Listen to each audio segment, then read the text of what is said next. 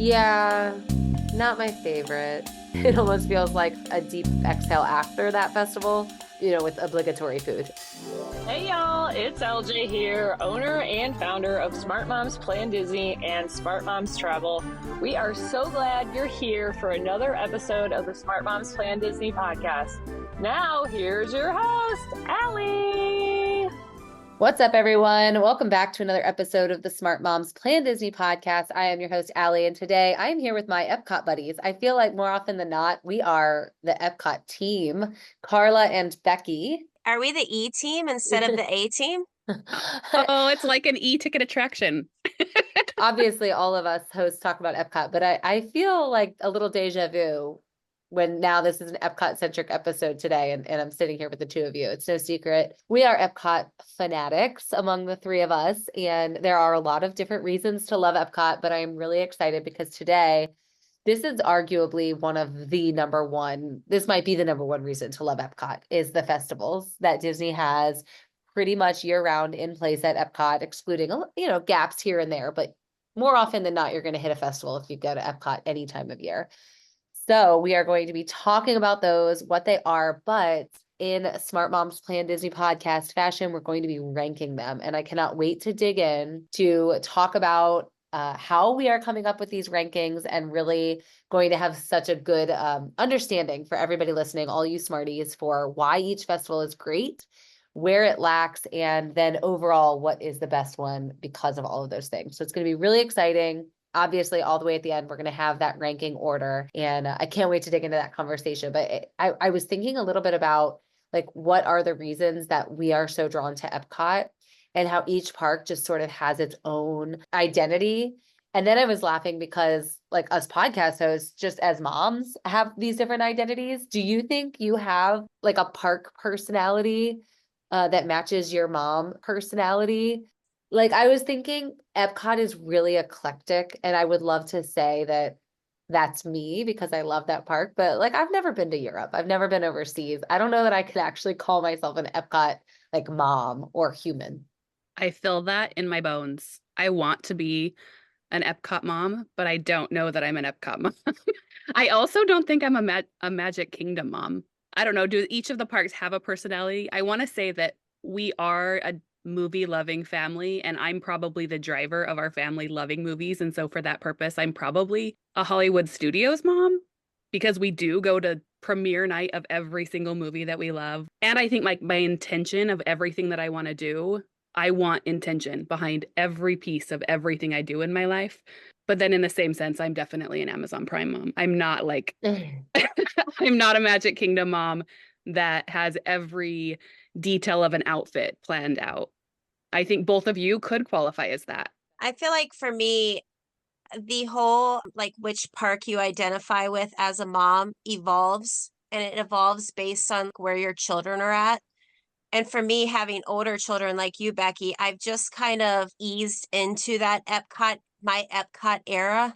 And that to me is just, it's more laid back. It's more chill. It's like the kids now are happy doing their own thing if they want to run over to a ride or whatever. And I can just sit there and actually take in the park, not really have to mom while I'm there, essentially. I don't know. I think at one point I was a Magic Kingdom mom, and at one point for sure I was a Hollywood studio mom. I've never been an Animal Kingdom mom, believe it or not. Shocking. But I think right now I have settled very nicely in my Epcot mom era. What would qualify as being an Animal Kingdom mom? Yeah, that's exactly what I was about to ask, because I was just thinking, I think an Animal Kingdom mom is like really earthy and probably has a green thumb. They're tree huggers. Probably loves essential oils, like, Or maybe even like free range parenting. Totally. Yeah. Baby led weaning and all of that. I did some of that, but it's not me. I don't have any of that really in me. I think people from the outside would look at our life and say that my wife and I are Magic Kingdom moms, because we do our breakfast at the bus stop and everything has a theme and we're very coordinated and everything is over the top. But like, me as a personality, I'm not really bubbly and over the top as just a person. And so I don't know if we try to make their life Magic Kingdom life, but I just don't think my personality qualifies in that. So I guess looking at it from a different perspective, I'd probably be a Hollywood Studios mom. I love that you identified Hollywood Studios, Becki, as being intentional. And that's, I think, what I try to do most with my kids is, the time is intentional, the conversations are intentional. But I think people that know me and know my family are probably laughing at that and saying that it's Magic Kingdom. You are a Magic Kingdom mom. That's literally what I'm saying. I'm like, here's the hub grass. And Yeah. to the left is when we're dealing with wrestling. And to the right is when we're dealing with cheerleading and straight Yeah. ahead. Oh my gosh. When you put it that way, that's hilarious. Straight ahead, the castle is like my dance studio. And it's like I could totally see that when you break it down that way. I just love that you guys are both intentional moms. And then I'm like, when I go to Epcot, I don't have to mom. Yeah, I know. There is nothing intentional about any steps you're taking at this point in life, which isn't that like maybe the goal. We had our anniversary yesterday and we went to like a really nice anniversary dinner. And this is obviously, we didn't talk about the Disney parks, but obviously you talk about your parenting game and where you're at. And this phase of life is just so unique. But I was happily acknowledging that we were no longer stuck in the really hard phase where we had like 3 toddler/young child. We're just not there anymore. And I was celebrating the fact that even though every phase is a little different and complicated, we're not in that one anymore. Like Katie, co-host, our friend and co-host Katie, she very much is still in that phase, and it's tough. Maybe that's why I identify as like a Hollywood Studios mom is we are like jump on the high adrenaline ride family, but we are also the still go to the Disney movies type of family, even as teenagers, which is like, let's take the Smedley kids and go and do the Frozen sing along and dad's Yeah. participating. Like, it's just, yes to all of this. Yeah. I guess I have to say Magic Kingdom, but You sound so sad about that. you all know that I do not want anything about me to be identified by Magic Kingdom, but it makes sense. I like it. This is interesting. I hope every smarty listening right now is mulling through what makes them each mom. I feel like the Animal Kingdom moms are really easy to identify. I wish I was an Epcot mom in the sense that like we were world travelers already and we were really eclectic. And my kids do learn Spanish in school. So maybe that gives us a little bit of that. Like they learn part of their day in Spanish. So maybe that gives them a little bit more of that worldliness that I'm seeking, but we really don't have because we're just from a small town in the Midwest. My kids have traveled pretty extensively. So maybe I've already gone through my Epcot era because we took our kids have been to 18 countries so far. With that in mind, maybe we did do that era already. And now we're just into a different era having teenagers now. I know you guys have traveled a ton. I didn't realize that 18 was the number. That is crazy. What was the best one? Ooh. Rapid fire, best country you took your kids to when they were young. I would say Australia. We dove the Great Barrier Reef with them and unearthly. Amazing. Okay. That's incredible. Okay. All right. Well, that's amazing. I'm going to have to add that to my long list of things I want to do. I'm excited though to dig into this conversation today about these festivals because we're going to be breaking them down. I think everybody always just wants a blanket answer. What's the best festival? But in true podcast fashion here, I don't think it's just a wide blanket answer, right? It's not just this is the best festival and this is why. Because there are so many different things that make a festival great. There are so many different offerings and happenings at a festival. So we're really going to break it down, but we're going to be giving you our specific expert advice on how to make the most of your time at the festivals and what you're going to see at each festival that might be better than the others and ultimately determine based on all of that, what is the best festival. So really excited about this conversation. I know our listeners are excited to hear what we have to say, and we're going to dig in after this quick break. This episode of the Smart Moms Plan Disney podcast is brought to you by BabyQuip, the #1 baby gear rental service across the US, Canada, and beyond. There is nothing more difficult for my family with 3 young kiddos than when we are traveling. We're just out of rhythm without our things. We just feel out of step and our kids feel off. It can make our vacation feel so much more stressful than it needs to. With a wide range of baby and toddler equipment available, including cribs, strollers, car seats, toys, and more, BabyQuip helps give us some of that normalcy that our kids crave and we need as parents when we are away from home. When they're happy, we're happy. And by using local quality providers that are often moms, dads, and grandparents just like us and you smarties that are listening today, BabyQuip makes sure that you are working with somebody who understands the needs of your family firsthand. If you need it, they have it. All products follow strict cleanliness and safety protocols and are also insured to give you that extra peace of mind that you need to really enjoy your vacation. With convenient delivery to your location, whether it's a home, a hotel, a vacation rental, wherever you're calling, home away from home, they've got you covered. BabyQuip is available in over 1,500 cities, making it accessible. So whether you're heading to Disney World, Disneyland, or another travel destination, BabyQuip will be there for you. With their easy-to-use online platform, you don't have to stress about getting your products. Head to babyquip.com. Use code SMPOD, that's SMPOD, to get $30 off of any order of $150 or more. That's babyquip.com. Pack light, travel happy. Okay, so here on the podcast, we've played with topics in a lot of different ways, and we love to rank things. We love to rank things because we're opinionated, and it really allows us to use our opinions. But there are so many categories that we had to come up with a really creative way to do this. So we have broken each festival into 5 different categories to really figure out what the best of the best all around is by examining it category by category. So the categories we're going to be looking at today is going to be the time of year, which is really going to take into consideration the season that it takes place, how the festival theme relates to that season, the length of the festival, the weather that you may experience, the crowds that you may feel while you're there during a festival. So time of year, the food offerings. A lot of these festivals are really built around food offerings, as most people that have been to them know. So we're going to break that down. Entertainment, the theming and decorations that you see around the park, and of course, the popularity. How desirable is this festival to go to more than once? We did something really interesting to get these numbers. All of us podcast hosts gave a number 1 to 20 per category, but we also polled our Patreon community and we really took their voice into account. We wanted to hear from people that love the podcast, but also have been to these festivals, who have experienced them for themselves, and get sort of an outsider perspective to weigh in on each category. So we took all of their numbers, all of our numbers, and we found the average per category based on all of that. And that's how we came up with these numbers. So we already have predetermined numbers per category per festival here. We'll add them all up at the end and get the total to rank the festivals in order from the best to the worst. So that's how we got there. We're going to go category by category with these predetermined numbers from us hosts and our podcast community. And I'm excited because Becki took care of the math here. So I actually haven't even heard how everything came out once we averaged all these numbers together. But we're going to start with time of year, and we're going to go in order of the festivals, how they go throughout the year. So of course, Festival of the Arts, followed by Flower and Garden, Food and Wine, and then the Festival of the Holidays. Let's talk about the festivals though a little bit before we break them down. Becki, you love the Festival of the Arts. Talk about that for just a minute. I love the Festival of the Arts. If I could have Epcot be one festival all year, this is what it is. However, it's that piece of missing it when it's gone that really makes the Festival of the Arts magical.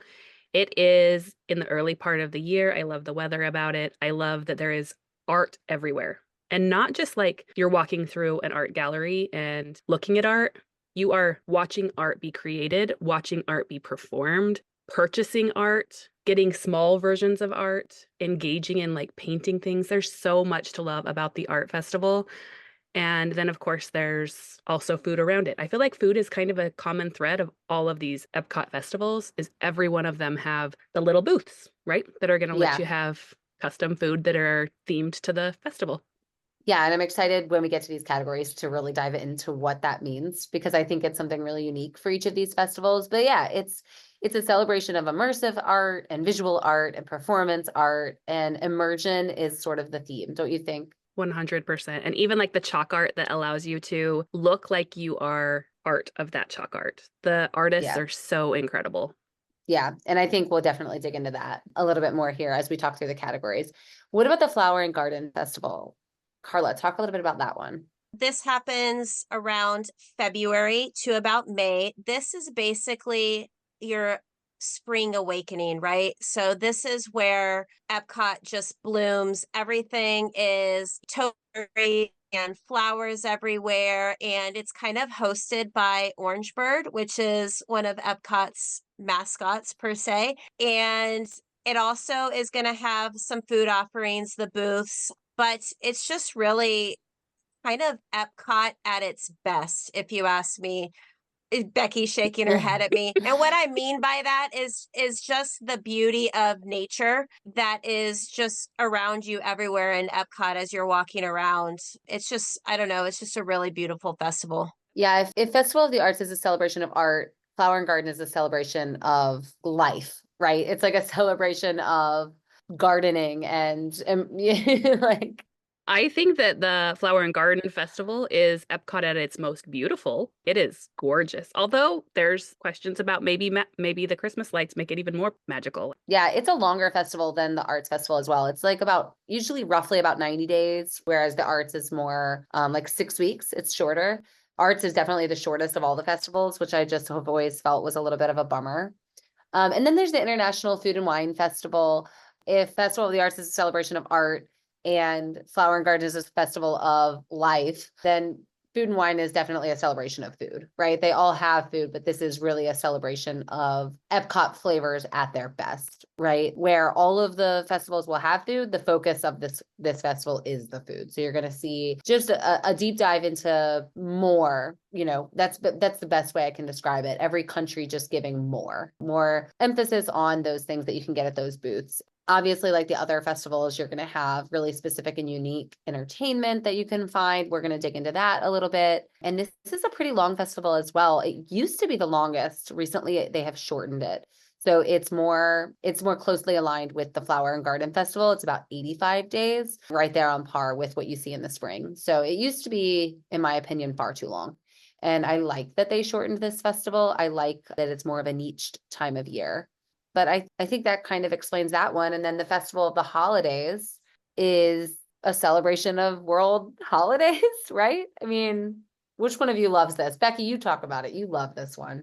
I do love this one because it's a very unique perspective on going to Epcot. It's a different version of Epcot than what you're getting. I feel like the other three festivals, you're getting Epcot with some different theming, where the International Festival of the Holiday, you are experiencing the holiday season. So there's a massive Christmas tree, which we have in all of the parks, but they have a show that's themed for Kwanzaa. They have the candlelight procession that tells the scriptural story of Christmas. Like, it's a very different take, and it doesn't just feel like Epcot with a theme. Like, it feels like you're experiencing different things. And when we get to the conversation about what specific offerings there are, there's more to that conversation. There's goods and bads to this festival. I think it is definitely a very, very unique festival.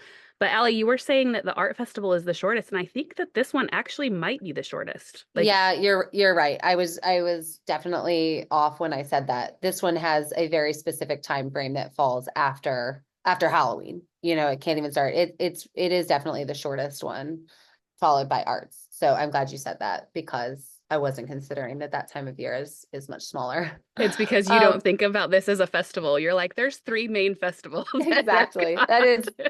That is so true. But yeah, I wanted to give a good overview so that our listeners had an understanding before we just dove into the topics of when you can find these festivals and what they're each trying to do. They're all trying to do something a little different, but it's important to know Festival of the Arts, early part of the year, flows into Flower and Garden, which is going to be the spring, flows into Food and Wine, which is now more pressing towards fall. Used to be like all of summer and fall, or half of summer and fall, really more of a fall fest now. And then the Festival of the Holidays for that gap after Halloween in the winter. So coming up on that one as we record this, and this is going to be a great conversation. So again, our categories are time of year, food, entertainment, theming and decorations, and popularity. Let's dive in. Let's start our conversation on time of year. When these festivals happen, are they placed in a good time of year for what they're trying to do? We polled, obviously, all of us hosts as well as the Patreon community to come up with these numbers. Let's talk about how we got there. Festival of the Arts. This is a great time to be at Disney World. The best. January and February, we all agree, right? Carla, this is like your favorite time to be at Disney. Yeah, absolutely. Absolutely. Cool days at Disney. Yeah. Cool days, lower crowds, good pricing, often promos. The time of year really nails it here with the Festival of the Arts. arts are to be celebrated year round. I don't think that for it to be arts needs to be a specific time of year. And so I love that they kind of take something that's so honestly so well done and exciting and immersive, and they put it in a time of year that's a little less popular. So it brings something really special to the time of year. There's no real big holidays that we're celebrating that time of year, no big school breaks that we're experiencing, little weekend breaks here and there for schools, but nothing that we're just focused on. And this kind of gives Disney World something special. Do you agree? I do. And I think that this is actually the best time of year in terms of placing it within the weather and all of those pieces. You're not going to be melting. One downside of the arts when we're talking about time of year is it just feels so short. I wish that it was longer than 6 weeks. I understand why it's not. But if we were to compare that to, say, Flower and Garden Festival, it makes sense that Flower and Garden Festival is going to be longer because Flower and Garden, like you're planting entire gardens of flowers. And so you don't want to plant those and then pull them out in 6 weeks. Where arts, they have to bring in so many artists to put on this festival. So it has to be timed based on what it is that you're experiencing. I think we all agree it's a great time of year. I'm just now seeing the score. We gave it an average here. All of us gave it a number 1 to 20, and it averaged out at a 17, which is really great. So Festival of the Arts is going to get a 17 for time of year. I think that's really wonderful. Moving on to Flower and Garden, this is a spring festival. Spring is a bit of a mixed bag, right? Because you are looking at spring break, and spring break crowds are massive. So this festival tends to be massive. Do you feel that way as well? Yeah. Well, it can be, I should say, because if you go before the spring break crowds or even after Easter and spring break happens, it doesn't have to be that way. I personally think you need to be there early when the flowers are at their peak beauty. The topiaries haven't grown out at all. Like, I feel like if you get there early March, it's the best. Yeah, and I was actually going to say a little later, like towards the end, you feel like the festival has had its hustle and bustle, and then you get to be there, like the calm after the storm, and it's all still really beautiful. I've hit the festival then, and I think it's really great. I feel that there's an overall consensus that when we're looking at time of year for this festival, it's unfortunate that you have to be so strategic to see it without a massive crowd because, my family does the Flower and Garden Festival pretty much annually around spring break now at this point because we spend our spring break at Disney and just don't really care about the crowds too much. But it's wall to wall, it's long lines at those festival booths, and it can be a tricky time of year. So averaging out all of our numbers, Flower and Garden Festival for time of year, Becki, you want to give that number? Flower and Garden came in not too bad. I mean, I feel like a 15 out of a 20. These 20s are meant to add up to 100 so that we have a ranking out of 100. I feel like 15's not too bad. Yeah, got a 15 for time of year, which makes sense because spring is complicated and requires a lot of strategy with Disney World. Okay, Food and Wine Festival. Talk to me, you Florida locals, about the Food and Wine Festival time of year for Disney. Oh, it is hot. You know what, though? It's summer. Well, I say it's summer. You probably think that crowds are going to be high for summer. They're actually not. And it's in August. So the summer crowds have died down, right? You're getting into a slower time of year. However, Food and Wine brings out everybody, especially those first couple weekends. It is extremely crowded. It's hot. You just mentioned long lines at the booths, the longest lines at these booths at Food and Wine. And rightfully so. The food is amazing. The drinks are amazing. You want to be part of that because that festival just really is based on those booths, right? Whereas some of these other festivals, you get parts of it outside of the World Showcase. However, this one for me is a little rough, and partly because, well, I'm always just really influenced by the weather.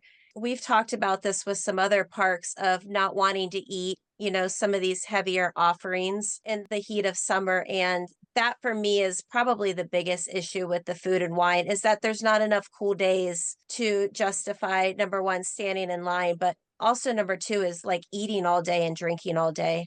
It's a little rough. Becki, what do you think? You agree with that? To an extent.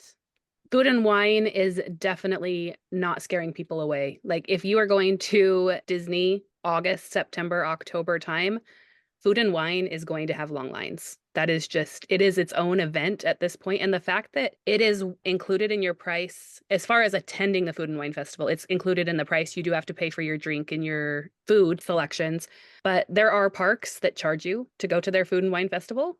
So I think that that's a big draw. Go experience Epcot, drink and eat around the world. Like, I feel like Food and Wine is that experience. And the timing is just, it's hot, but it's also hurricane season in Florida, which is, as a native, or not native, Transplant. transplant Floridian, we have possibilities of hurricanes from essentially June to November. And so this is the heart of hurricane season.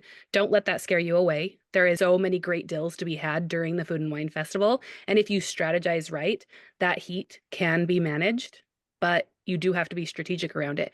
With Flower and Garden, it's a different kind of strategy that's needed because of spring break. This one is about weather. Yeah, I think it's a bit of a mixed bag. It's heat or it's rain. That should never be a deterrent. And just to be clear, all of these festivals are included with your Epcot admission, not just Food and Wine, but specifically it's going to be a weather mixed bag, which you did a great job explaining, both of you, which is why the average score for time of year for Food and Wine here came in at a 15. So same as Flower and Garden for different reasons, but I think it's fair. I think it's fair to think that you have a lot more considerations when you're thinking about that time of year and Walt Disney World. Which then brings us to the Festival of the Holidays. You know, this one is the only, well, I mean, I guess Flower and Garden really does make the most sense in the spring, right? When flowers are blooming.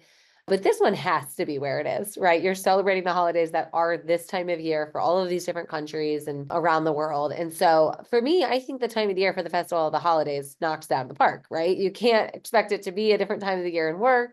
The temperatures are low, crowds are high, but I think if you're going this time of the year, you're going for the holidays. So you're well aware that it's going to be crowded and you're all there for the same thing anyway. So my personal opinion is that, crowds aside, Festival of the Holidays is perfect for the time of year that it happens, because that's when it has to happen. It really is. And while I think that it could be done better in terms of the festival as a whole, we're going to talk about all the reasons why there are highs and lows to this festival. I think this time of year, if we're talking about what December is to so many families, it's perfect for that. And the weather starts cooling off. We've moved past hurricane season at this point. It's so many reasons that this festival pairs right there with the holidays in terms of the best that it has to offer. Yeah. Festival of the Holidays is getting a 16 out of 20 for time of year, which I think is fair. It kind of has its time of year in the default and you still have crowds and things to manage, but it's a great time of year to be at Disney. So magical. Pricing is going to be higher, something to keep in mind, but it's a great time of year for this festival for very obvious reasons. It's also interesting that this holiday festival kind of shifts a little bit. Like, I don't know if Disney's found its sweet spot on how long this festival is, because historically it has had some days before Thanksgiving, but this year I think it actually doesn't kick off until after Thanksgiving. Yeah, which I think is a bit of a missed mark, honestly. People go to Disney around the holidays starting right after Halloween. People want to see that transition. And so I think Disney could squeeze a lot more life. Maybe not some of the entertainment things that we're going to talk about. Maybe those don't start right away, but so many elements of this festival could really kick off so much earlier. Yep. Okay, great. So that's going to bring us to our second category here. And it's a big one. Is this the biggest category when you're talking about an Epcot festival? For some people, but not for me. This is not my very favorite thing about festivals, but there are people who go to festivals for this purpose. Food. We're talking about food. All of them have it. All of them have it in a different way. Every festival is going to be set up with different booths around World Showcase and around the park as a whole. So you can find each country in World Showcase will have a booth or two presenting food for that festival, but you'll also find non-country related booths just sort of all throughout Epcot. Some of my favorite booths are just out over like by Test Track and that little playground over there. So the food is very important at all of these festivals. You'll be able to get a festival pamphlet like when you arrive to any of these, and it'll generally lay out what the booths are called, where you can find them, and even the menus. So it's very easy to navigate and plan what you may want to eat. Festival of the Arts levels up the food, because it's not just food, it's art. They look at the food as another expression of art, which any high-end chef would be very grateful for. They look at what they do as an art, and when done well, and in that way, it totally is. And that's what Festival of the Arts is. One of my favorite things I ever got was like a tomato soup, like in a paint can, which is like so cute. You know, like you have everything looks like a work of art. And it comes with a little a triangle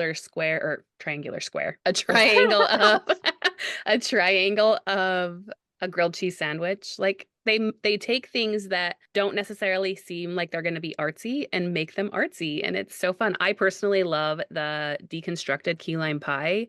It is delicious and beautiful. Yeah, that's a whole booth that's there at that festival, is that typically there, that deconstructed booth, and everything that you can get there is deconstructed and just looks so artful. I love that the flavors are great, but it's not a flavor forward immersion, in my opinion. Like the flavors are good, but the presentation is the core of the food at the Festival of the Arts. I feel like sometimes my theme could be I'm buying this food to take a picture, because I feel like every time I'm like, it makes a great picture. Yeah.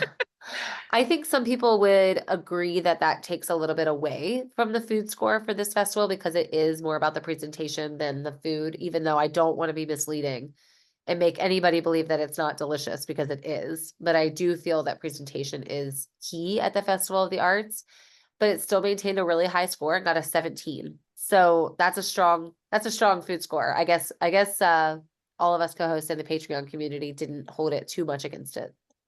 So that'll go to Flower and Garden, my wife's favorite festival and her favorite food at any festival. Do you like this one, Carla, the food here? You know, it kind of reminds me of the arts festival in that it's all about presentation. You're going to have like edible flowers, you know, just lighter offerings. Again, I feel like you're going more for the presentation as opposed to the flavors and taste. I don't know. I guess it's kind of to be expected. Not my favorite. There's a booth at Flower and Garden Festival. It's called something about honey. Have you guys been to this booth, the honey booth, it's like right by the Canadian entrance of World Showcase. It's this whole booth that leans into honey, which is a perfect theme for the Flower and Garden. And there's this honey mascarpone flatbread thing that Zan literally dreams about. Like we go to Flower and Garden Festival for her to get this. She will stand in line for a half an hour if she has to for this booth. I think it's her favorite thing to eat at Disney year round. And I love that honey is the focus, and that's a very seasonal flower and gardeny type thing to be leaning into. And this is also the festival where I always get the street corn that I rave about. I love that corn. I dream about that corn. I literally cannot say enough about the street corn that you can get. So there are some staples at the Flower and Garden Festival that are very unique to this time of year and that we really look forward to. Stepping away from the food for a second, I actually feel like Flower and Garden is my favorite drink festival. I love so many of the drinks that are available at these kiosks throughout World Showcase. In France, there's slushies in France. Like, just go get the slushies in France. No matter what festival it is, or even if there's not a festival going on, but the one specifically that's like pink at the Flower and Garden Festival is one of my favorite drinks. Yeah, and our listeners and us co-hosts agree. This is right in par with Festival of the Arts, and the food is getting a 17 out of 20. So if you're following along, we're going to take the totals out of each of these categories and average them at the end, and that's how we're going to rank these festivals. So Festival of the Arts and Flower and Garden, both a 17 here on food. You know what's crazy is I'm thinking about Flower and Garden Festival food, and you know how sometimes you think about like heavy food at some of these festivals, like Food and Wine, we're going to be talking about this. I don't feel that at Flower and Garden. Nothing that I eat at Flower and Garden feels like it's so excessively heavy. It feels light and airy and delicious. Yeah, absolutely. That's what Carla said. I like the lightness. You know, it's like when you choose a salad, which would be the gardening, option at lunch, you just feel lighter. I kind of feel like it's lighter fare, still delicious, still filling, but really, really good. Leads into the festival perfectly. Okay, Food and Wine, the most food-centric festival. This is where all of those booths are putting their best foot forward in flavor and presentation and offerings and well-roundedness to the menus. Delicious, right? Yeah. The best thing we had these noodles in China that were out of this world that I still think about all the time. We had street tacos from a booth in Mexico, and Zan got this weird bread, warm cheese pickle thing in Germany. And she literally tries to recreate it at home all the time. Yeah, some of my favorites are always in Canada where you can get like a little filet mignon with a mushroom sauce. And I think they have the cheese soup there too. Is that in Canada? Yeah, I think it is. That I love that you just said the filet mignon. Like I bet some jaws just dropped when you said You that. can get lobster tails too. Not at that same Yeah, booth, you but can get at Food and Wine Festival. Yeah, the offerings are food forward. Like we are bringing our best to this fest. I also think that the food of this particular festival is unique, that it's not necessarily feeling like a theme of food. It feels like countries of food. Like when you're going around World Showcase, you are having Chinese inspired dishes and drinks in China. You're having Germany inspired drinks and food offerings in Germany, everywhere you go. However, it's Food and Wine Festival right now as we're recording, and I was so incredibly disappointed when we went for Food and Wine Festival this time, because I've talked to you guys about my Apple Blossom Sky drink that I loved in Canada. It's gone this year. And so it's the kind of thing that Disney is always evolving all of these menus. When you have something you love, make sure you love it and document it with the memories, because it's not guaranteed to come back the next year. That's always my fear, is that I'm going to fall in love deeply with something and then it goes away. But I will also say it's a good reason to always go back, because typically if something goes away, it's being replaced with something equal or better. So it's a great reason to revisit this festival, because I think everybody running these booths is going to try to level up what they do all the time, right? Yeah. And rightfully so. Food and Wine is getting a 19 out of 20 in the food category. And this is legit food. You know, you don't need a dining reservation the day you go to Food and Wine Festival. All right. And the Festival of the Holidays. We recently talked on our holiday episode about those bone dry cookies that you can get. womp, womp, womp. What are some other things that you've had food wise that stand out to you for Festival of the Holidays? It feels kind of awkward to be having like mini plates of Christmas dinner, but I feel like that's kind of what this is. Like you can have a little plate of turkey and stuffing. It's just like holiday themed food. And then, of course, the cookie walk. It just feels like it's trying to be something that it's not. I like the idea of the cookie walk, and if they could make the cookie walk be like the feature thing, but trying to have food booths with this feels like trying to make Food and Wine Festival extend into a festival that it just doesn't fit. Yeah, not my favorite. I don't think it's the focus of this festival at all. It almost feels like we have to have food offerings. It's a festival, right? But it's not the goal. It's not what this festival is trying to do, especially not in the way that Epcot just hustled out food for the months leading up to this festival with the food and wine. It almost feels like a deep exhale after that festival, you know, with obligatory food instead of here's our focus. Is that too harsh? No, I think it's dead on. I don't know. My thought was, I was thinking maybe it's like, what do we have left over this year? Let's make what do they call their little booths? Holiday kitchens. Let's make holiday kitchens themed about cleaning out the pantry. I don't know. Yeah. We're being really harsh, but it's not like we've just talked about these incredible food booths, all the different theming, all the different offerings all year long at these other festivals, and this one just misses the mark. It's so funny because we all submitted our scores without telling one another. And then, of course, the Patreon scores were all submitted privately also, so we didn't see them. And we all agreed because Festival of the Holidays is getting a 13 on food, which is fair because it's just not the focus. But the cookies are cute to take a picture with. It's a cute activity. Yeah, we'll give it that. Yeah, it's cute. All right, that's going to move us to my favorite category. I know I said that the food was the number one category, but we're going to talk about the other thing that makes these festivals and Epcot so unique, and that's going to be the entertainment. I was thinking the other day, because I was talking with a client and we were talking about all the different shows that Hollywood Studios has, you know, year round, like all the time you could go see. And they're going to Epcot and they were asking me, well, what shows does Epcot have? Epcot doesn't have a lot of just like show type attractions like some of the other parks may have, and especially like Hollywood Studios would lean into. But the entertainment that you can count on at Epcot is really what you find at the different festivals. It changes throughout the year. It's not the same show all the time. And there are all kinds of different things. Let's talk about the Festival of the Arts. This is, I've already said, immersion, immersion, immersion. Becki, you mentioned the chalk walk already. Talk about just some of the different entertainment. It's not just the entertainment you find at the pavilion. It's not. It's all types, and it's entertainment that you can be involved in. It's entertainment that you can observe. So when you enter through the front gates of Epcot, you're instantly going to be starting to see sidewalk chalk as you're coming underneath Spaceship Earth. These are professional chalk artists that they bring in, and they are creating like Monet level art and recreating them in chalk. And then you get to and like go on a gallery walk of it. They also have interactive ones that allow you to kind of step into the scene, and then they tell you, take the picture from right here, and it looks like that chalk art is coming to life and you're involved. Like it looks like you're standing on the edge of a building or something along those lines.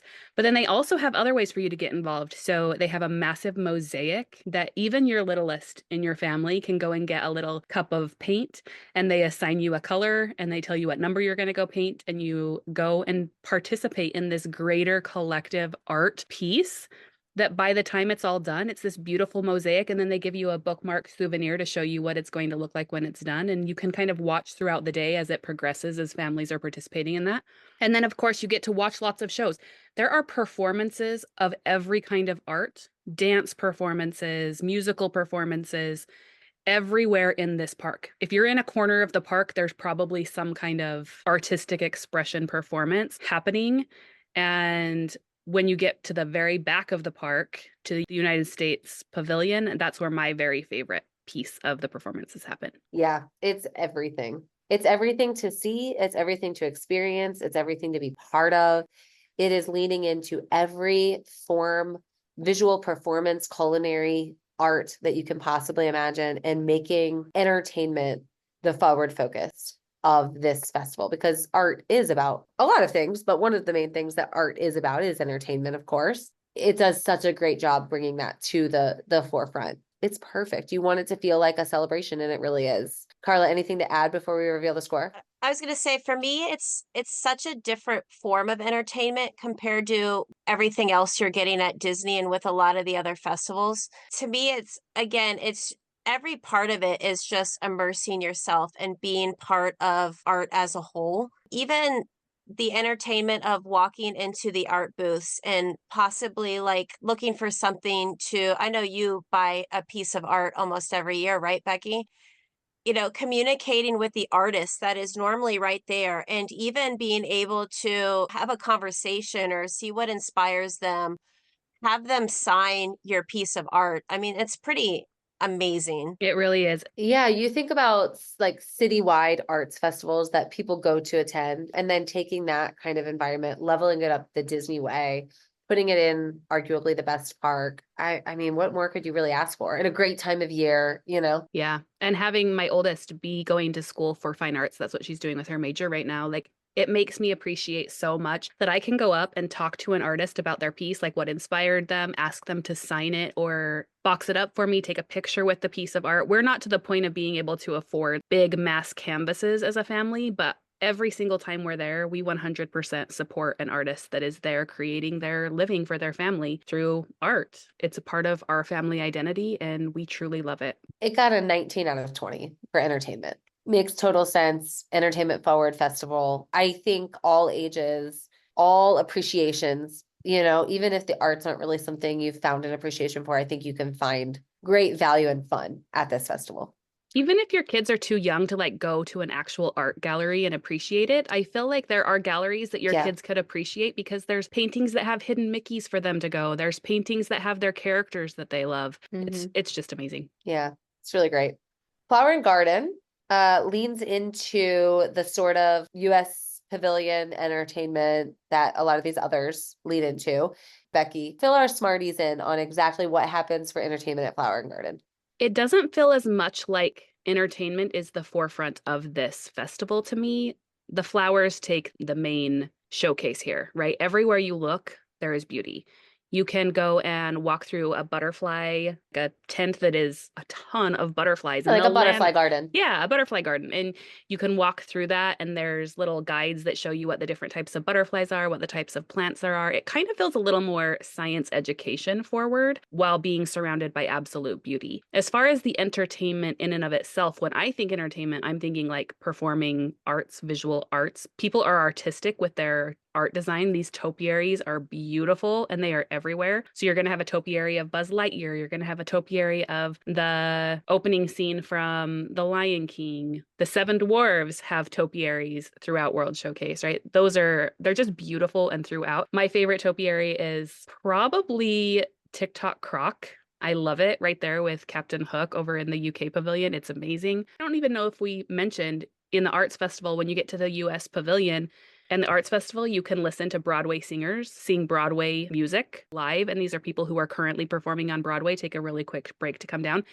I do love this aspect of the entertainment of Flower and Garden Festival, which is the Garden Rocks concert series, where they're bringing in not necessarily like the biggest names currently, but bands from the past that have been big names who are now still touring, but usually touring smaller venues and putting on nightly shows. And it's fantastic to get to go watch those. These are all the bands that Stacy is a huge fan of.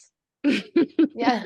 But there's some members of NSYNC. It's like all of us moms that are now and that grew up in the 90s. It's our bands, which is perfect. Like Hanson, Boys to Men, some members of NSYNC. Like you're gonna find some like what I would still consider big names, but like your kids probably don't care. Yeah, and not just us. It also has some older. There's definitely I told Sean, like, my ambition in life is to retire, live close enough to Orlando that we can just every single night that there's somebody we want to go see, let's just go hop over and have live performance, like live music, live bands, produced by Disney, so it's going to be good. And they don't always only sing theirs, because some of these people that come are one-hit wonders. But they'll do covers. They'll do covers of other bands that totally pull you into the show. It's really, really fun. Yeah, I love that you said it's more science forward about the environment and the beauty. And the next category we're going to talk about is what this festival leans more heavily into. So I think it's fair that the Flower and Garden is more of a visual festival with entertainment, more than an entertainment festival with visuals. And it got a 16 out of 20 with all of our scores combined and averaged. That feels fair. Still kind of high. All these scores are kind of high. People love the festivals. Like listen to the way we're talking about these. Everybody loves an Epcot festival. All right. Let's finish out entertainment. Then we're going to take a break. Food and Wine Festival, the Eat to the Beat concert series. So Flower and Garden has the Garden Rock series. You can get like dining packages with these series, with the Eat to the Beat here at Food and Wine, and with the Garden Rock series at Flower and Garden, where you get reserve seats. So if there's like a band you really want to see at Flower and Garden, you can get a dining package, get a front row seat or close to front, good priority seating and things like that. But this is very similar to the Garden Rock series. Yeah. It feels like an extension of the exact same thing. I agree. Yeah. Eat to the Beat. Basically, you get your food, you watch from the US Pavilion, live music, live band, exactly what you would want from a festival. So perfect for what it is. Nothing super exceptionally above and beyond. But again, Food and Wine is its own theme. Like food is your theme. And so having any sort of live entertainment just feels like it makes it a more rounded festival. Yeah, I'm actually surprised. We actually scored it an 18. So that was higher than Flower and Garden. I'm surprised we scored it that high, because in all reality, you're there for the food. And if you're not in the American Pavilion, you're not really being entertained. I wish there was more entertainment as I'm waiting in the long lines in all the different countries. Yeah, I feel like that's high. I think 18 is high, especially because Flower and Garden got a 16 and they're essentially the same thing. And it's really not an entertainment forward festival. So 18 feels high. Take that for what it's worth. We are working with a lot of opinions here, and it just goes to show you how opinions can really be so different. Like my experienced opinion is one thing and somebody else's is another, and we landed here on an 18. I think it feels high. I don't know. Sean and I do an annual date to Food and Wine Festival. If you're on our social medias, you watched us. We were dorks, and it was our entertainment. Getting the food, getting the drinks, documenting it together. Like, it feels like basically you said you had to provide your own entertainment. We were. And so so it is too high. You guys were very entertaining. You sure were. But that's every single year. Like that's just something that we do together. I feel like it was maybe my resume to Allie because then we do this every year. I think that's just you and Sean making the best out of, long lines and heat. Yeah. Becki, though, And maybe even alcohol. yeah, Becki just made a joke that actually holds some truth. A couple of years ago when we were starting this podcast and I was interviewing and meeting ladies for the first time, I watched Becki's date night with her husband, Flower and Garden Festival stories. And I can't say it didn't have some sway here. I feel like I think we need to resurrect those stories. Yeah, very entertaining. Very entertaining. Looked like a good time. And I wasn't wrong. It's such a good time. Such a good time. Yeah. So got an 18, feels too high, but it's fine. And then the Festival of the Holidays, the entertainment here being one of the most anticipated events at Disney World annually. People go nuts for the candlelight processional, which we just talked about recently on our Christmas episode that we did for the pod. And Becki, we talked about you on that episode, as you know, because your kids have performed. Yeah, Macy's actually got to do it 2 times and getting to be on stage with not just her school chorus, but with the professional singers that Epcot has year round. Voices of Liberty, right? So they perform with them. And then you get to have a famous reader come in and tell the Christmas story and perform beautiful Christmas music. This isn't going to be like boppy Christmas music. This is definitely like reverent Christmas music. It's definitely sets the scene for a beautiful day inspired around the reverence of Christmas. It is really beautiful. It's a Christmas forward presentation. It is a Christmas story. And the famous reader is always so much fun. Like when they announce who's going to be reading when, you get some really awesome names in there, but that's really the main entertainment. That is what this festival is built upon. A lot of people are going to Epcot for this time of year for that purpose. And it got a 17. So lower than Food and Wine. Which is interesting. I also think there's a lot of things that just get overlooked because they're meant to be small, more intimate kinds of conversations. When they have the different versions of Santa around the World Showcase telling stories, it's meant to be more small, intimate storytelling. It's not like you're sitting in an amphitheater and he's storytelling to everybody. And then also, Joyful Celebration is the one that they do that pulls Kwanzaa into it. But I feel like this is also a place where we're celebrating diversity, celebrating the world as a whole. And it feels very Christmas forward. And everything else is just kind of in the background. And it's missing an opportunity that it could be letting there be more storytelling around all of the different Christmas, air quote, Christmas festivals or December festivals that happen around our world. Yeah, because, it is billed the Festival of the Holidays. So I wish it was leaning more into, if Flower and Garden is more science focused and the arts is more arts focused, let this one be culture and education focused, and really celebrate all of that. But, take that or leave it. If some people that will have bearing on, the 17, I think is a fair score for entertainment, just because it's such an iconic and anticipated performance every year. And I love that it integrates local kids. Like that's just the best. Yeah. Part of our moving to Florida was having our kids be culturally diverse to all these kinds of things. So like, where's a little more representation for like Hanukkah, for instance? Like they could just do a little better on that piece. Yeah, I agree. Okay. So we are working our way through here, ranking the festivals at Epcot based on each category. So far, we've talked time of year, food, and entertainment. Maybe you're following along and you already know which festival is in the lead, but we are going to total these scores and average them and have a ranking order at the end. So make sure you stay, and we're going to take a quick break. But before we do, you've heard me saying that we've taken Patreon's voice and included those Patreon subscribers in today's averages. We're going to be doing that so much more often, including the voices of our most dedicated smarties in the episodes. I'm really excited about it because we have a connection with them in there. They get the monthly guides. Monthly guides are huge for our biggest smarty planners that listen to the show. So pop in the show notes of today's episode, join our Patreon, join the conversation while you're at it. And while we're taking this quick break, please stop what you're doing and leave us a 5-star review. We thrive on the ratings and the reviews. And recently, Jenna W23 wrote, "I love this podcast. It's been so informative for myself. The personalities on the show are great. The ladies all have unique perspectives that play off of each other perfectly. Keep up the fantastic work." We thank you, Jenna. And it's so kind of you to say. Can't wait to read what the rest of you smarties are going to write. Maybe I'll read one of them here. And I'm excited to pop into our new segment, Friend Like Me, and we'll see you on the other side. If the budget is holding you back from planning your dream vacation, you're going to want to join our friends on Facebook at Frugal Moms Plan Disney. They are sharing insider tips daily on saving big on your next Disney vacation by maximizing the free experiences that Disney has to offer. They share how to keep food costs down with affordable dining options and snack hacks, while also looking into the best times to visit to avoid crowds and score those great deals on accommodations. They will make sure your trip is magical without breaking the bank at Frugal Moms Plan Disney on Facebook.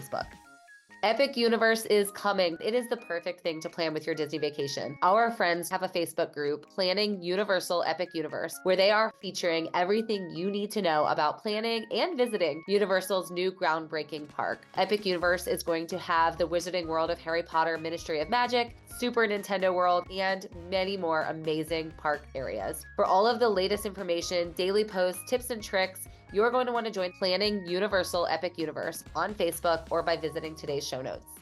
We are back and we are ranking the Epcot festivals. We have talked time of year, food, and entertainment.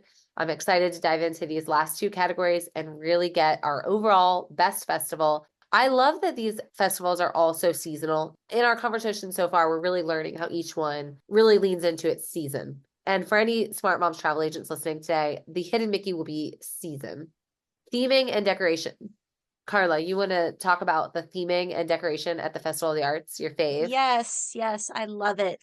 It hits you right when you walk in the park.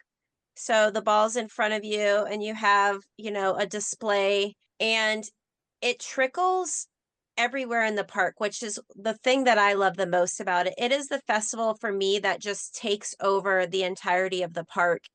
There is some form of art for every person that's there, even to the point where I think last year, it was either last year or the year before, it was over there by the chalk artists.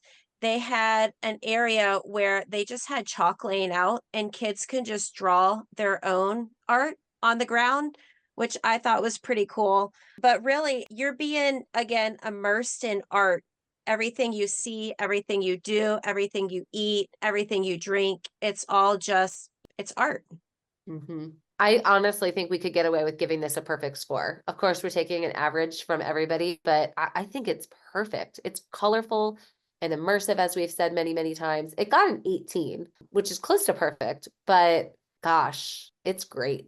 When Carla was talking, my response I was about to say out was #perfect. Mm-hmm. What is there? Like, I want to know who took points off and what warranted taking points off, because it is amazing. And what's their consequence? Yeah, right. It's Mission Space Orange for the dead is their consequence. It's perfectly done, top to bottom. It got an 18. Flower and garden, the theming and decoration, close to perfect also. Those topiaries we've only touched on, they are unbelievably accurate. Like the Anna and Elsa topiaries over in the Norway Pavilion. I mean, it's Anna and Elsa standing there in a flower form. It is breathtakingly done. It is Disney flowers. It is flowers and garden with the touch of Disney and the level that you would expect. And it goes beyond just the topiary. Okay, so Elsa's doing her like little pose where her hand's up, and then when you look across the walkway, there's a reaction of ice pieces of flower inspiration happening across where it looks like she just shot her powers over to the other side. And like Carla was mentioning, when you walk in, the very first one this last year was a Wish-inspired topiary, and it was beautiful. And if you happen to see it at nighttime, the yarn scene from the movie, they had the red yarn running through the topiary with a little Wish star. They just do so good with this. And last year, beautiful. before the Wish display, it was an Encanto display with the siblings and the cousins, and like just that they keep that relevant. We talk a lot on the show about how sometimes Disney doesn't keep up with its relevant, whatever's the most relevant. I love that they do change that. But the Encanto topiaries could still be found. They were just elsewhere in the park, and this year Wish was featured. So I just really love that. There's some really special magic shots in your memory maker that you can get at these festivals. Posing with the topiaries and things is really fun. Well, what do you think that this year's will be? We're talking about Disney keeping it relevant. We have Moana 2 coming out around Thanksgiving. Inside Out 2 was just the It became the biggest animated movie ever. Or is it biggest movie ever? Whatever it was massive. Are they going to do an Inside Out topiary? That would be cool. Moana 2 comes out closer to the festival, but I hope that it's Inside Out because those characters are featured at Epcot anyway. Well, I guess so is Moana because the Journey of Water. It's probably going to be Moana because of the Journey of Water and because of Moana 2. I bet they have a Moana and Maui up at the front. That's my guess. Ooh, that's a fun question. All right, let it be known. My guess is Moana, but my hope is Inside Out. So the theming and decoration got a 19. That's really high. I feel like that's well deserved. The visual of like that water and grassy area around Spaceship Earth and the monorail is some of the most stunning pictures you can get at Disney all year round. And they strategically plant those flowers. That is part of the decorations for the Flower and Garden Festival. Yeah, planting the flower beds to look like massive flowers and massive hidden Mickey heads like in the flowers. Oh my gosh. It truly is the most and beautiful. When your favorite Pooh is out, like catching butterflies, it's really cute. He is adorable. Yeah, it's adorable. Love that. Okay. Oh, and part of the theming and decoration too could be that butterfly garden. Yeah. That you mentioned. Like that's really special. Okay. All right. And then food and wine, again, it's just food forward. There's usually like a design, an annual design for the Food and Wine Festival. You can find that printed on a bunch of stuff, but it's not the most over the top decorations or theming. Yeah. It's kind of like we're here for the food. I agree. And, something we haven't mentioned yet is merchandise. So all of these festivals have their own merchandise that they're leaning into that theming pretty hard. I always think of the food and wine because it's always like little chef stuff everywhere. And yeah, I think it goes well here in the theming conversation. I think that the merchandise in and of itself of these 4 festivals, this is the best for that. They always are going to have spirit jerseys. They're always going to have a Loungefly backpack. They're always going to have the little mini plates and the wine glasses and the stemless wine glasses. Everything themed Food and Wine Festival. Mm-hmm. Yeah. So Becki, you reveal the score here. So it got a 15, which honestly, I feel like that's high. It does lean in. I do like the kitchens, the outdoor kitchens. Is that what it's called for this particular festival? Whatever. The kiosks that go around World Showcase are leaning into that international piece, but I just feel like 15's maybe a little high for this. Mm-hmm. Yeah. I mean, it does a fine job being itself, but it's not over the top. It's not immersive. It's not like the other ones. So yeah, 15, fine. And then the Festival of the Holidays. I actually think the theming and decoration here is really beautiful, but I also am on the record in the holiday episode saying that I think it's not done as well as it could. And I still believe that. I just, again, will continue to always say that I think the Festival of the Holidays is a big missed opportunity. I don't think it capitalizes in the way that an international focused park could actually. Because when you think of decorating your house for a holiday, these holidays that exist at the end of the calendar year are what you're decorating for. So why is this not over the top Magic Kingdom? Magic Kingdom does decorating during the holidays right. Yeah, I want more lights. I want more grandeur. I want more music. I just want more of everything. And I feel like that's what it should be. And it's lacking all of that. Yeah. And that's why it got a 14 for theming and decor. And I think it earned that lower score just because it's pretty. It should be gorgeous.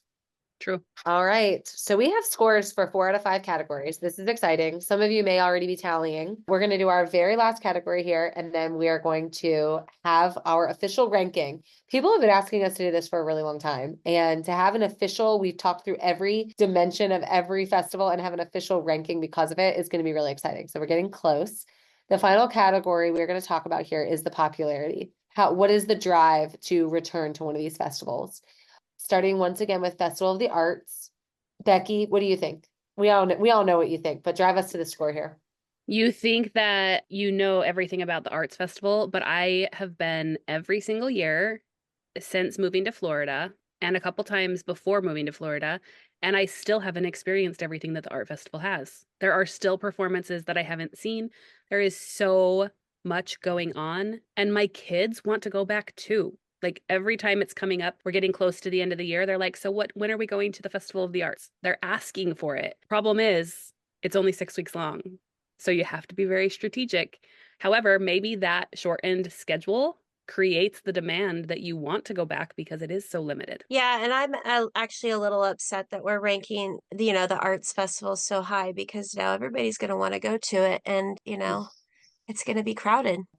Pretty close to perfection. Yeah. What's not to like? I mean, I feel like some of the rankings we've given it today, we're just like on the side of trying not to tell anything that it's perfect. You know what I mean? Because in terms of popularity, it's getting a 19 out of 20. That's fair. I mean, you're going to have Broadway performers, but it's going to be different every year, different shows, different highlights. You can go and go again and have a totally different experience. The mural changes and updates even at the festival. You know what I mean? Like you could go and do that, and the chalk art is going to be different every year. So it's similar themes annually with different executions, and that's what makes it really, really special. Mm-hmm. Okay, Flower and Garden feels a little repetitive to me. We just said that we love that they have the new topiaries and that they do feature those, so that's great. But it is, the same topiaries in the same countries, and Disney can do that because not a lot of people, I mean, a lot of people are, but a good significant number of travelers to Walt Disney World are going to the festival for the first time, right? That first family trip. So it's okay that it's the same year after year, and they are really great, but it can be a little repetitive. Yeah. And I feel like Flower and Garden Festival and Food and Wine Festival in terms of the time of year or like the length of the festival, they're just like two sides of summer, right? Leading up to summer for 3 months, after summer for 3 months. It kind of just feels like two sides of the same thing. Just, are you more enthralled by the beauty and the science piece of nature and flowers? Or are you more leaning towards the food and the wine of Food and Wine Festival? Yeah. It got an 18. It feels fair too. Yeah. These festivals are popular. Like these are things you want to return to. These are things that you want to see and experience more than once. To me, the Food and Wine Festival moving forward here is like cliche festival, right? Like you go for food and live music, and there's never a time where you don't want to continue to return and do that. You know what I mean? Like you always want to go have more flavors. You always want to go have more of something you loved, sit and hang out and eat it and listen to something live. I mean, who doesn't want to continuously do that all the time? That is a festival lover's dream. I feel like the Food and Wine Festival is also just what Epcot is in a festival. It's like when you think of a Epcot and you think, I'm going to go to a festival, you're probably thinking of Food and Wine Festival. Yeah. Yeah, you're either eating around the world or you drink around the world. That's kind of what Epcot is essentially known for. Yeah. I think that's what caters to its popularity big time. And I agree with you completely. And it also got an 18, just like Flower and Garden for popularity, which I think is really fair. And that drives us then to the very last score we're going to give here is going to be Festival of the Holidays popularity. Again, it's almost like for me, if you've been, you've been. Unless your daughter's performing, then you might not need to go again. If the Christmas season is something that you want to do in Disney, I think that that's probably the pull of voting on this piece. You have to experience Disney at Christmas at some point. If you are a Disney person, Disney as a whole for the holidays is such a good draw. Mm-hmm. Yeah, it got a 16 out of 20. Does that feel high to you? It feels high, but it also is lower than the others. And so I can get on board. It didn't pass anybody else in the popularity contest. So I can be fine with the score. I still think it feels a little high, but that's okay because it still fell where I think it needed to in relation to the other festivals. Mm-hmm. All right. So we have ranked all 4 festivals per category: time of year, food, entertainment, theming, popularity. We're going to get an average of all of those scores and really come up with what is the best festival ranked after we take one more quick break. Hey, wait. I know you're ready to get back to the podcast, but I've got something very simple for you to do. Join my Facebook group, Disney Planning Made Simple. I'm Stacy, one of your podcast hosts, and I have a sweet, friendly Facebook group made for those of us who thrive in the simple pleasures of life, things like family, food, and Disney. Join at facebook.com/groups/Disney Made Simple or follow with the link in the show notes. We'll be so happy to see you there. Hey there, friends. I'm Katie Boone, one of your podcast co-hosts. I'd love to invite you to join my Facebook Disney planning community called Planning Disney with Babies, Toddlers, and Preschoolers. In my group, I love discussing all the aspects of planning your magical vacation with little ones. Find my community at facebook.com/groups/Plan Disney with Little Ones. Again, that's facebook.com/groups/Plan Disney with Little Ones. When you join, don't forget to tell me you heard about my group on the podcast. See you there. All right, Becki, our resident mathematician, You have taken all of the scores. Give us a total combined score out of 100 for each festival. So we took all of the averages as all of the different pieces, right? All of us co-hosts, our Patreon community was all weighing in on this. We've averaged those and we've summed them. We've added them all together to get an overall score. So in last place of the 4, I don't know that anybody is super surprised by this, but with a score of 76.4 is the International Festival of the Holidays. Is anybody surprised by that? Not at all. Nope, feels great. Okay, moving on. This one was close, very close. In fact, if we rounded it, it would be tied. So in third place with a score of 84.6 is Flower and Garden Festival. Feel good? I would have liked to have seen that higher, but very in depth about how we got to this point. Truth. Although the next one is so close with 85.1, 0.5 of a point difference between these two, which is probably pretty accurate in terms of the draw number of people, all of those pieces, is the Food and Wine Festival, which clearly is putting the Arts Festival at a 90.6. I don't know how we can't just say that Arts Festival is perfect. It is. The weather's great. The length is great. The theming is great. The only reason I'm okay with it losing nearly 10 whole points is because it's still coming out on top. Like if we're looking in relation to the other festivals, it was the clear winner in every category. It just bests everybody. You know, it does it better in every way. And I love that it's coming in first, #1 festival, followed by Food and Wine, Flower and Garden, and ultimately then in last, Festival of the Holidays. You guys like the order? I do.